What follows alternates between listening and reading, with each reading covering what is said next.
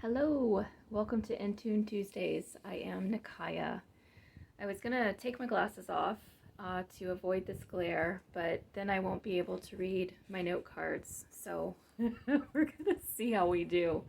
Today's topic is overthinking, and I have 3 suggestions for those of us who have a hard time making decisions because we spend the majority of our energy thinking things to death.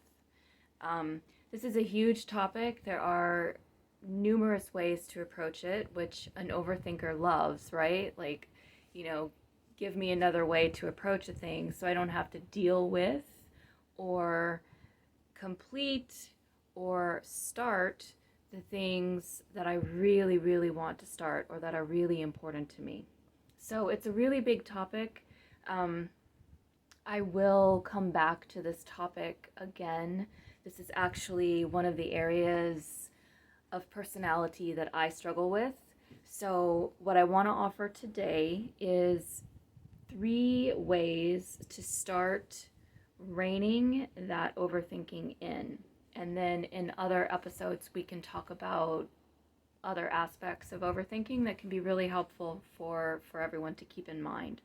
So, when we think something to death, we literally kill a lot of our creativity. So many of us get ideas, and some of those ideas are not meant to be brought to life. They're maybe meant to inspire us to do something else, or they're meant to take us in a direction that allows us to meet people or have particular experiences that enhance our life. However, that's not an excuse to kill all of our ideas by wondering how we're going to make it happen, and all of the other things. If you're an overthinker and you're watching this, the conversations that you have on repeat when you want to do something, or you need to do something, or you've been asked to do something, etc., etc. So it's really important, especially when we're wanting to live with as much intentionality, co-creative capacity as we can manage to live throughout a lifetime. It's important that we get a handle on this. So one of the best ways, overthinking, one of the best ways, one of the foundational ways to develop the skill of thinking less and taking action more, or thinking less and feeling more and then taking action, is to learn how to be in our body. And one of the ways that we learn how to be in our body, one of the quickest tools to learn this skill, is to learn how to use the breath as your anchor. So, what I would like you to do if you're out there watching right now is to just notice the weight of your body on whatever surface it is you're sitting on. Now, if you are driving a car at this time, you're going to want to keep your eyes open. You're going to want to stay very present to your surroundings. But this is actually a great skill to use with eyes wide open and taking in all the sensory input around whatever's happening visually. Because what we want to learn how to do is stay in our body rather than getting lost in our head. It can seem like when we're thinking about a lot of things that we're in a very somatic, a very physical experience of life, but we really do leave the physical body to go upstairs and hang out in our head, and run through scenarios, etc., etc. So if you're in the car, do this exercise later, and maybe I'll think of a way to walk people through the being out in the world, because that is actually a very important skill. And there are meditation practices, there are awareness practices that are designed to be used when we're engaging with the world. But for now, I'm going to keep it really simple. And I just want you, if you're driving, you're going to do this later. For those of you who are not operating heavy machinery, overthinking, that's what I'm doing right now. I'm trying to cover all of my bases. You guys know how to take care of yourself. I want you to close your eyes if that's comfortable for you. One of the reasons that we start with eyes closed, if that is comfortable for someone, is because it helps shut out other stimuli. Okay? If you're really skillful at shutting out other stimuli, which I'm guessing if you're an overthinker, you might not be. It might be an area of struggle for you. But if you're super good at it, then you can keep your eyes open and do this practice. Because again, at some point, we want to get to the place where we can be in the world and not consumed by it, not overwhelmed by it, etc. For now, let's just pretend we're all beginners. And I just want you to feel the weight of your body on whatever surface it is you're sitting or standing on. And just take a moment to feel the weight of your body on the surface that's supporting you.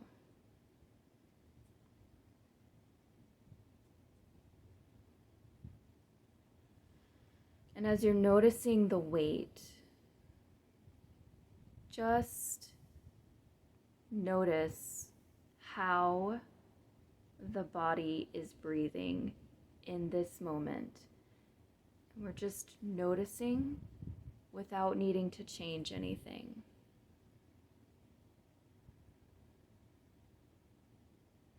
So you might feel your breath in your belly.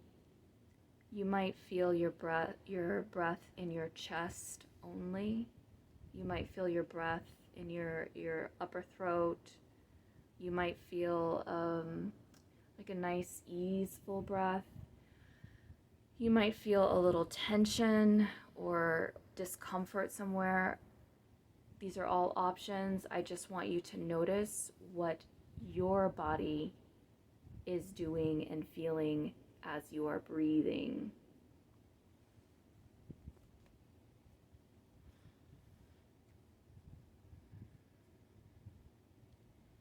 And then just take a couple of intentional breaths. Just take a moment to do the breathing for your body. So breathing in for a count of 4. Hold for a count of 4. So take a pause. And then exhale for a count of 4. And then pause for a count of 4. And just do a couple of rounds of a 4-count balanced breath. 4 on the inhale, 4 on the pause, 4 on the exhale, 4 on the pause, and then let the cycle continue for just a couple rounds.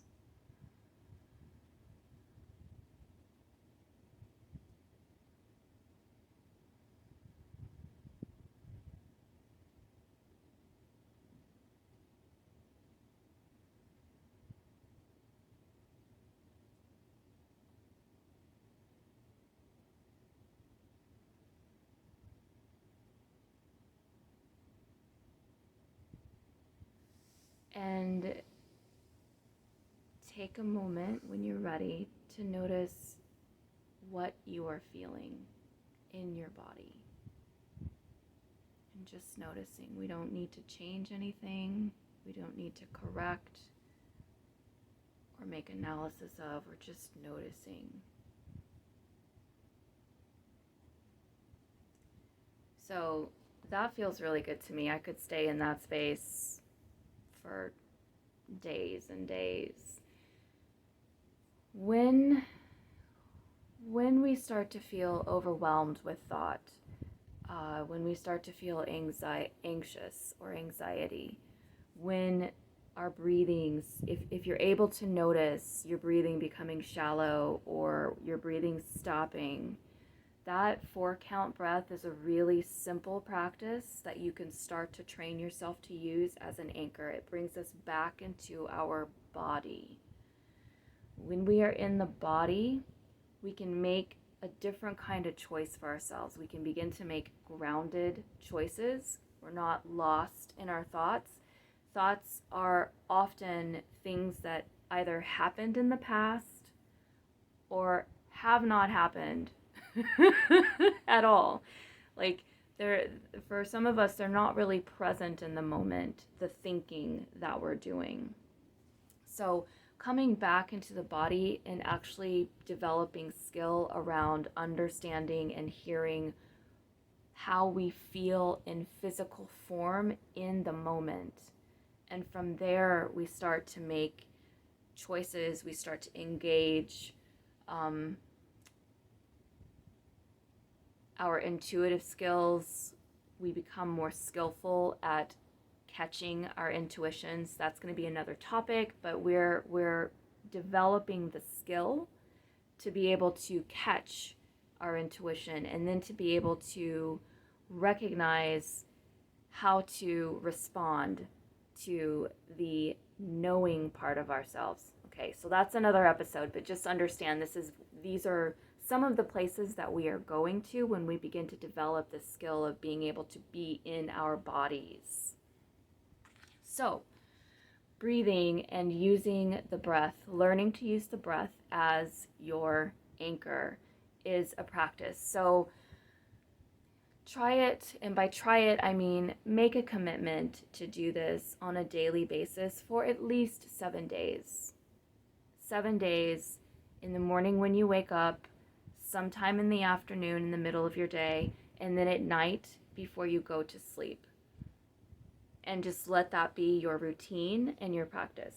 I'm gonna offer, actually the next suggestion is about routines. So if you are not someone who has routines, that breathing practice would be a great routine. So my second suggestion is to switch up your routine. A lot of people have routines. You do the same thing every day, and that creates a lot of structure and constancy in your life. And that is a very helpful, it's a very helpful tool and way of being for actually creating something. To have structure in our lives helps us know how to plan for things and know how to show up for things.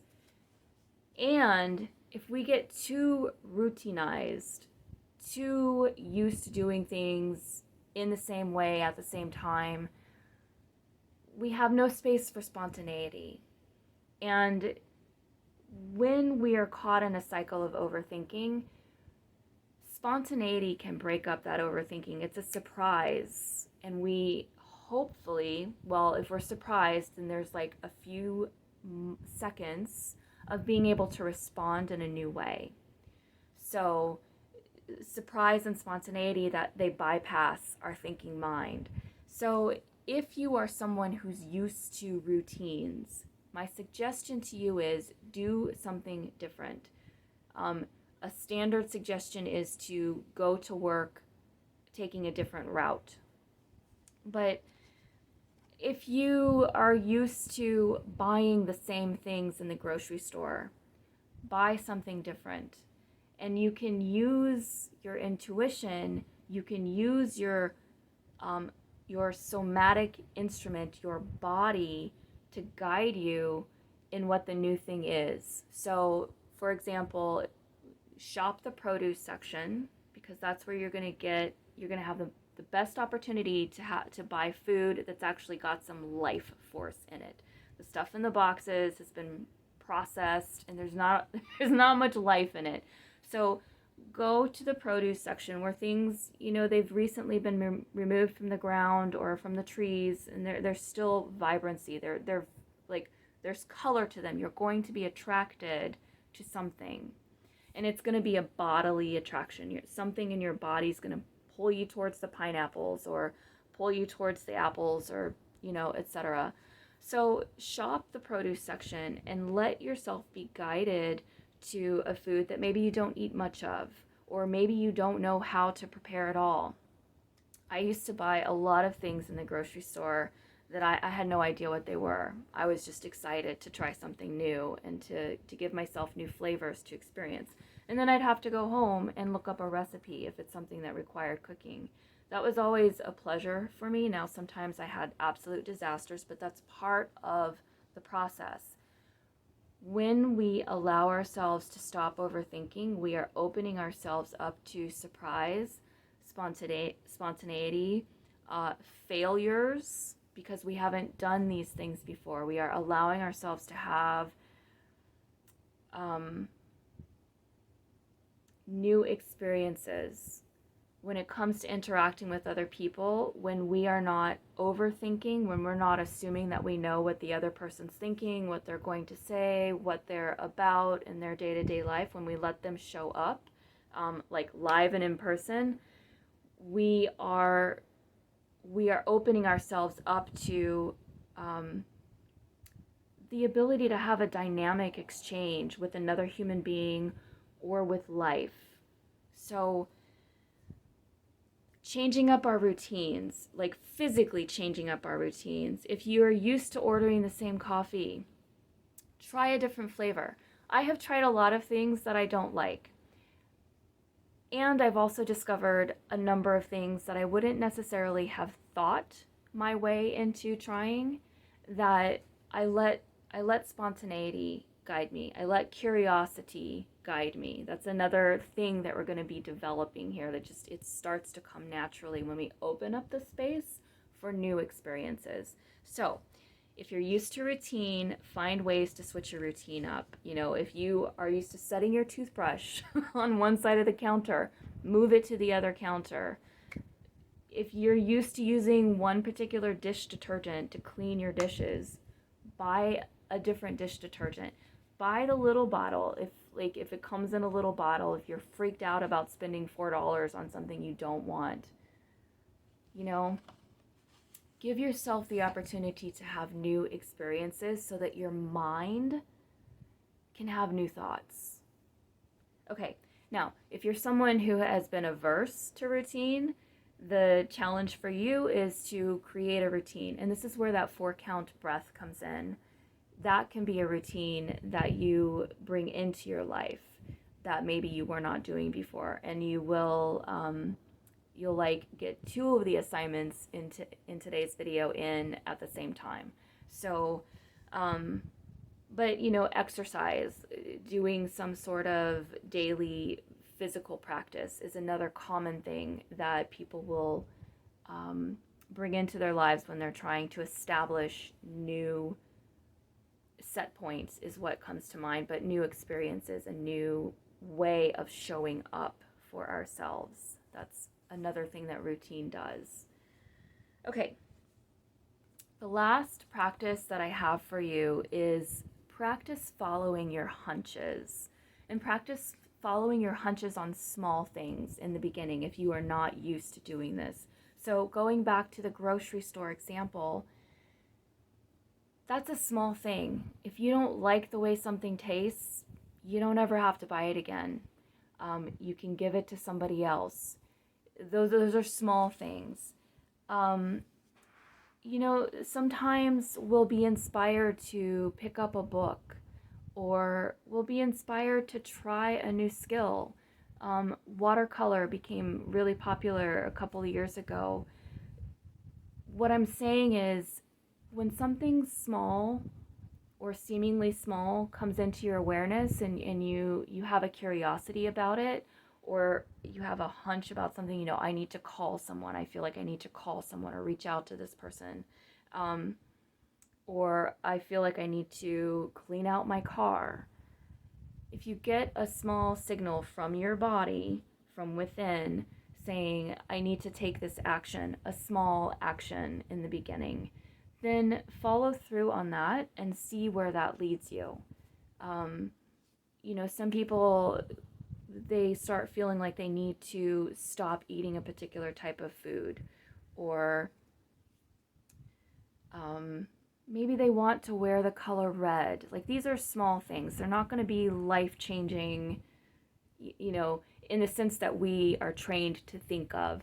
They are the small steps, the small following your guidance, your hunch that lead to a bigger capacity to follow bigger hunches, more impactful hunches. So start with the small stuff.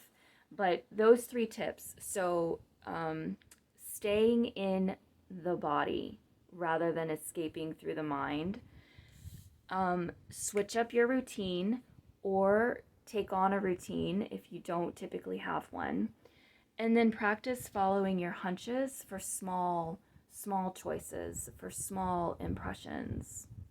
Okay, that's my message for today. So hopefully this is helpful to some of you. Please like, subscribe, and share this video if you find it valuable. I would really love to reach more people, and the way that I'm able to do that is through the community of people that I'm already talking to. Okay, happy Tuesday, and we will meet again. Thanks so much.